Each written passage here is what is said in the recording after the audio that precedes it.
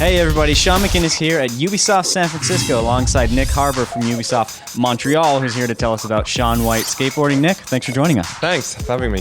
Sure, no problem. So, Nick, I think it's fair to say there's been no shortage of skateboarding games in the history of video games. So, obviously, you guys want to put your own sort of unique stamp on the genre, really set it apart from the competition. How are you going about doing that with Shaun White Skateboarding? Well, for sure, when we started the game, we wanted to have our own identity. We wanted to make something unique, something that reflected Shaun and his personality. So, in the game, the innovation for us is what we call transformation and shaping. Transformation is basically as you skate in the environment, it transforms in real time. So in a simple terms, it colors in, but in a more elaborate terms, you make skating opportunities appear in front of you. So for example, a kicker will pop up, or a wall will become a quarter pipe, or a pool will appear in the ground so that then you can skate, do verts, grind around the pool, and so on. And then secondly, we have what we call shaping. It's the ability to take an element, for example, a rail, and bend it, twist it how you like. So as you go through the game, you start with a skatable city, and as you skate through that city, it transforms and changes into something much more skater-friendly, much more unique to you and your personality and how you want to play the game.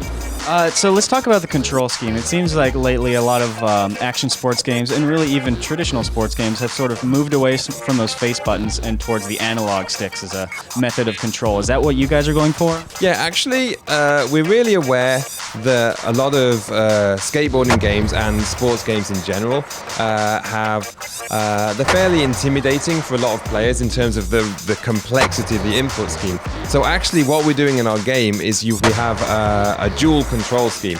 If you're really intimidated by using, the two analog sticks and the shoulder buttons and so on, you can actually play the game with the left stick to push and move around and the X button to trick. And the game will choose a trick for you at random based on your previous performance. Of course, for a more hardcore gamer, they want to be able to precise what trick they want to do. So as a result, they can use the right analog stick, and you basically prepare and perform the trick using the right stick. And in the game, there's a whole trick book and explanation with the videos and the inputs. So you can really get to the details of that. And as you play through the game, we unlock more and more layers of complexity. So we're using like maybe the R2 button, or you're doing a nollie trick with this button, and so on. So as you play through the game, you start with the basics, and then as you become comfortable, you can expand and get more and more adept and more skillful with the controls. Now, along the course of that, campaign mode, the career mode in the game, talk to us about the city. Where you're going to be going around. What sort of look and neighborhoods we should expect. So the game is based on in a big city called New Harmony. There's 5 districts to the city. There's like a midtown district, which is where you start, and then you move into the downtown. So you've got much more skyscrapers, taller buildings, and so on.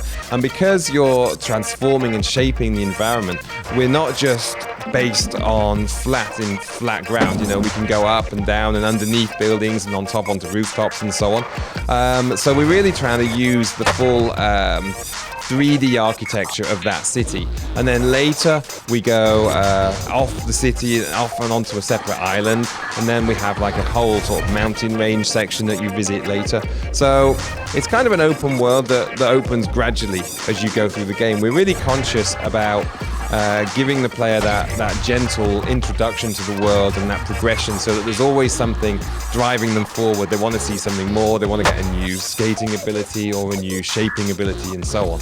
All right, Nick, one last question for you. When are players going to be able to see that whole world and shape things for themselves when the game comes out in stores? So Shaun White Skateboarding is out this fall 2010 on PS3, Xbox 360, PC, and Wii.